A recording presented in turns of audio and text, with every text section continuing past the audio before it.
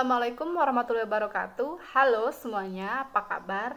Semoga kalian selalu sehat dimanapun kalian berada. Baiklah, perkenalkan saya Widya Permatasari dari kelas Sistem Informasi Reguler 5B. Dalam kesempatan video kali ini, saya akan menjelaskan 3 kesimpulan dari materi yang saya dapatkan pada mata kuliah Manajemen Proyek Sistem Informasi. Baiklah teman-teman, jadi video ini saya buat untuk memenuhi tugas ujian tengah semester atau UTS pada mata kuliah Manajemen Proyek Sistem Informasi. Nah, untuk tahu lebih lanjut pemaparan dari kesimpulan materi yang akan saya sampaikan, tonton terus videonya.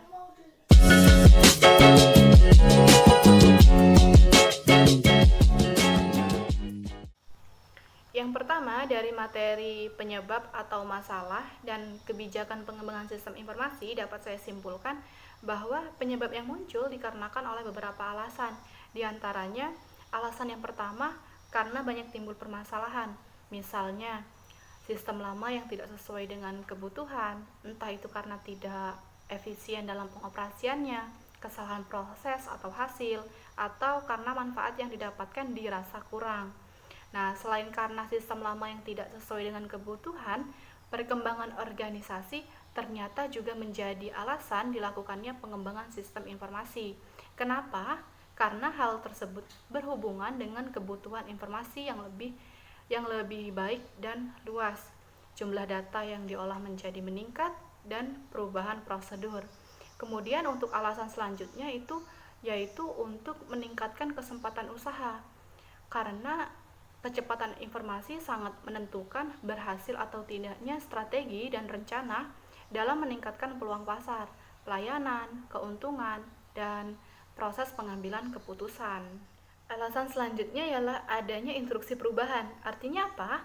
Artinya sebuah sistem informasi itu akan dilakukan pengubahan atau pengembangan jika ada instruksi dari dalam, yaitu dari pimpinan atau bisa juga dari peraturan pemerintah, yaitu instruksi dari luar organisasi.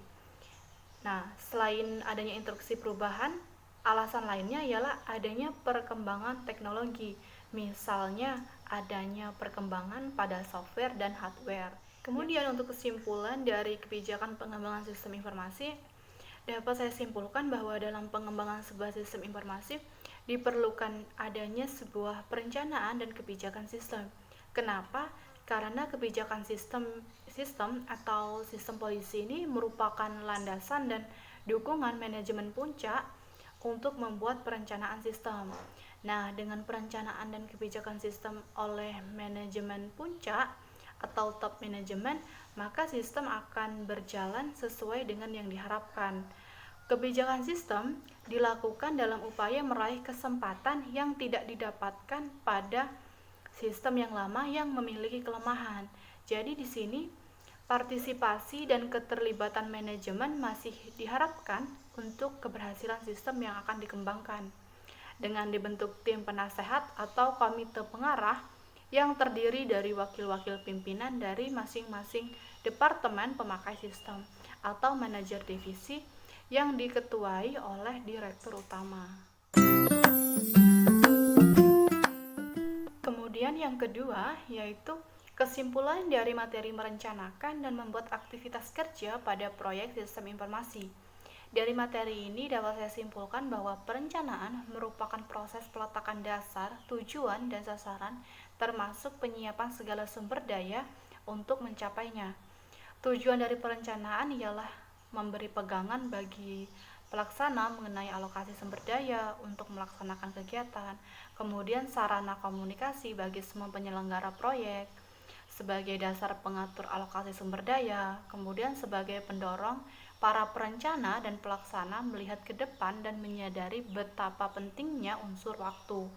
Kemudian juga sebagai pegangan dan tolak ukur untuk fungsi pengendalian. Di sini ada beberapa jenis perencanaan, diantaranya ada perencanaan strategis, yaitu sebagai polisi atau aturan yang dibuat untuk mencapai tujuan. Kemudian ada juga perencanaan operasional. Perencanaan operasional ini merupakan rencana terinci yang menjabarkan perencanaan strategis. Nah, perencanaan operasional ini terdiri atas beberapa jenis. Di antaranya ada perencanaan lingkungan kerja, ada rancangan organisasi proyek, ada perkiraan biaya atau anggaran, kemudian ada juga proyeksi kebutuhan tenaga kerja.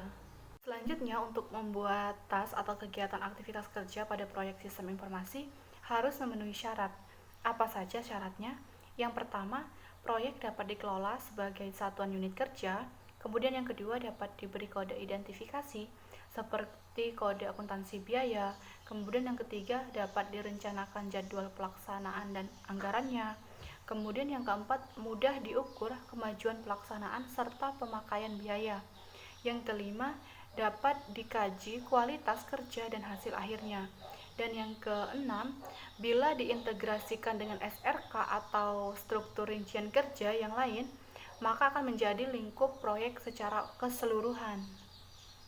Selanjutnya, untuk mekanisme perencanaan aktivitas proyek, pengerjaan proyek sistem informasi ini dapat di-breakdown dari metode pengembangan sistem yang akan dipakai. Kemudian, penentuan metode pengembangan sistem informasi harus disesuaikan karakteristik dan kondisi lingkungan organisasi di mana sistem tersebut akan diimplementasikan. Nah, perencanaan sistem menyangkut estimasi dari kebutuhan-kebutuhan fisik, tenaga kerja, dan dana yang dibutuhkan untuk mendukung pengembangan sistem ini, serta untuk mendukung operasinya setelah diterapkan. Kemudian dalam pengembangan sistem informasi ada beberapa metode yang bisa kita pakai.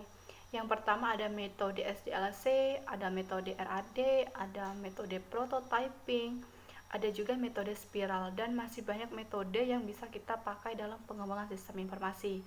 Nah, dalam tahap perencanaan dan membuat aktivitas kerja pada proyek sistem informasi, aktivitas yang dapat dilakukan yaitu yang pertama merencanakan proyek-proyek sistem, yang kedua mempersiapkan proyek sistem yang akan dikembangkan, kemudian yang ketiga mendefinisikan proyek yang akan dikembangkan, dan yang keempat itu membuat laporan.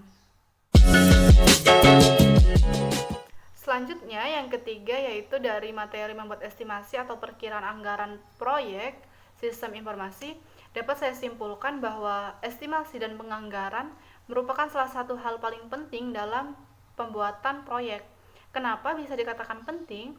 Karena jika estimasi ini dilakukan dengan kurang hati-hati, maka akan menghasilkan perkiraan biaya yang terlalu tinggi. Maka apa yang terjadi? Maka akibatnya perusahaan akan kalah bersaing dengan perusahaan lainnya yang menawarkan harga lebih rendah dengan kualitas yang sepadan. Sebaliknya, bila estimasi biaya yang dilakukan terlalu rendah, maka meski menang dalam tender, namun dalam pelaksanaannya dapat mengalami banyak kesulitan. Pendanaan yang dapat berujung pada tidak selesainya proyek dan kehilangan kepercayaan dari mereka yang memberikan proyek atau proyek kepada kita. Kemudian, dalam melakukan estimasi biaya, ada beberapa hal yang harus kita perhatikan. Yang pertama itu ada keadaan lingkungan perusahaan atau nilai tukar. Yang kedua itu kebijakan estimasi biaya yang meliputi file proyek, template, kemudian informasi story, pengetahuan tim proyek, dan pengalaman proyek-proyek sebelumnya. Kemudian yang ketiga itu pernyataan cakupan proyek serta WBS dan penjelasannya. Dan yang keempat ada rencana manajemen proyek yang meliputi jadwal, sumber daya manusia, dan kemudian resikonya. Selanjutnya ialah biaya yang berhubungan dengan pengembangan sistem informasi dapat diklasifikasikan menjadi 4 kategori. Yang pertama yaitu biaya pengadaan. Biaya pengadaan ini adalah biaya yang harus dikeluarkan di tahun-tahun pertama sebelum sistem dioperasikan. Kemudian yang kedua yaitu biaya persiapan operasi.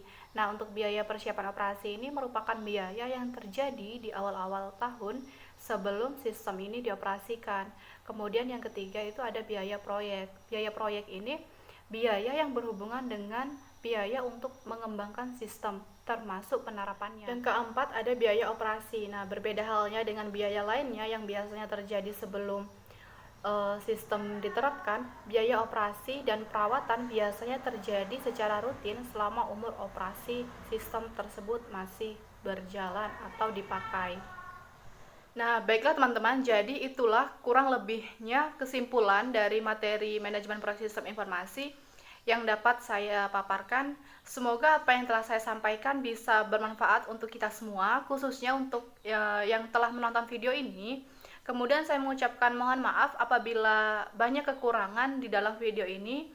Dan saya akhiri, wassalamualaikum warahmatullahi wabarakatuh.